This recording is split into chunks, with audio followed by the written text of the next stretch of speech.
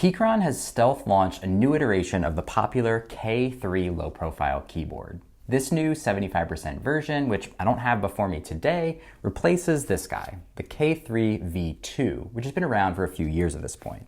It slots in at the bottom of the K3 lineup, along with the more premium K3 Pro and their more top-of-the-line K3 Max. So what exactly has changed on the version 3? Well, I'll talk about all the details, but the highlights are new keycaps, QMK compatibility, and a change in the switch manufacturer. But a bigger note for many people out there would probably be what didn't change, because the V3 still does not have a 2.4 gig USB receiver included. To get that, you're still going to have to opt for the Max version. So let's talk through some more details about what has changed and what has not changed. The first and most noticeable change is the keycaps. Keychron has done away with their old, tiny keycaps and appears to have adopted the shape and style used on the Pro and the Max versions. This is absolutely a welcome change in my book, as these old keycaps were not the best to type on and visually didn't look as good as these newer ones. The newer keycaps also are colored slightly differently, still sporting the iconic Keychron color scheme, but now appearing much darker with dark gray primary keys and black keys around the edges. It's almost like a bit of a night mode. Unlike the Pro and the Max models, these new keycaps are still ABS plastic. Both the Pro and the Max use higher-end PBT plastic. They do, however, maintain the shine-through for the either white or RGB backlighting, which was present on version 2 as well. A change that I did not expect to see was a move in switch offerings. The switches are still standard, just red and brown at the moment. However, the switches are now branded as Keychron Low Profile 2.0 rather than Gateron.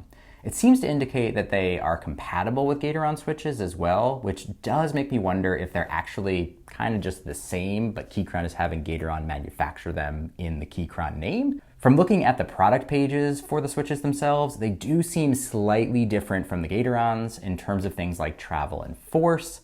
Thankfully, they are still factory lubed, but it remains to be seen whether they'll sound or feel any different. The next big change is that Keychron has added QMK support to enable more advanced customization for the keyboard. This has become a staple on the higher-end Keychron products, and with a change like this, we're rightfully beginning to see it completely up and down the lineup for individual product lines. With the QMK support comes the ability to use Keychron's launcher web app as well, which allows easy customization for key mappings, including macros, and also for RGB backlighting. On the connectivity front, Keychron is rather infamous for having issues with their Bluetooth connections. For that reason, many people have been begging for a 2.4 gig USB receiver to be included with all of the K3s. Those folks got their wish with the release of the higher-end K3 Max earlier this year, but unfortunately it remains absent from this new version 3. Connectivity still relies on either the shaky Bluetooth or a direct wired connection. One ray of hope, though, is that I had a much better experience with Bluetooth on the K3 Max when I tested it. On top of that, the new V3 is the first in the lineup to receive an upgrade to Bluetooth 5.2, a slightly newer version of the Bluetooth standard. That might not change anything at all, but there's at least a glimmer of hope that perhaps the 5.2 implementation is the solution for the Bluetooth issues that many people have been having. For those who can't use Bluetooth and must have a USB receiver, unfortunately, you have to spring the extra money for the Max. Keychron is also advertising enhanced acoustic foams in the new V3. It's impossible to know exactly what impact this will have on the sound until we can actually hear it, but hopefully it sounds great. Finally, a few things that have not changed.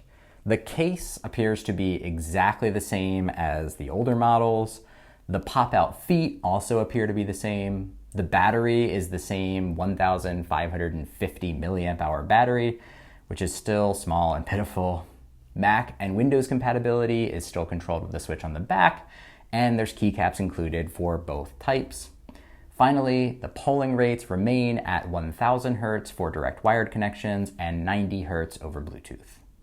Pricing remains the same for the third version, starting at $84 for the basic white backlighting, $94 for RGB, and $104 to get RGB with hot swappable switches. So I'm super curious, what do you guys think? Did Keychron go far enough with this version, or did they still miss the boat? Let me know those thoughts down in the comments. Personally, I think that this is a step in the right direction, but still kind of falls short, especially if those Bluetooth issues are not yet resolved. A USB receiver would have really guaranteed that your connectivity would not be an issue and would have made this much more compelling. But I guess if you want to have that guarantee, you're going to have to stick with the Max, at least until we can get it reviewed and tested and see how the Bluetooth is performing. If you'd like to see my full review of the K3 Max, you can find that linked right here and in the video description as well. Thank you so much for watching, and I will see you in the next one.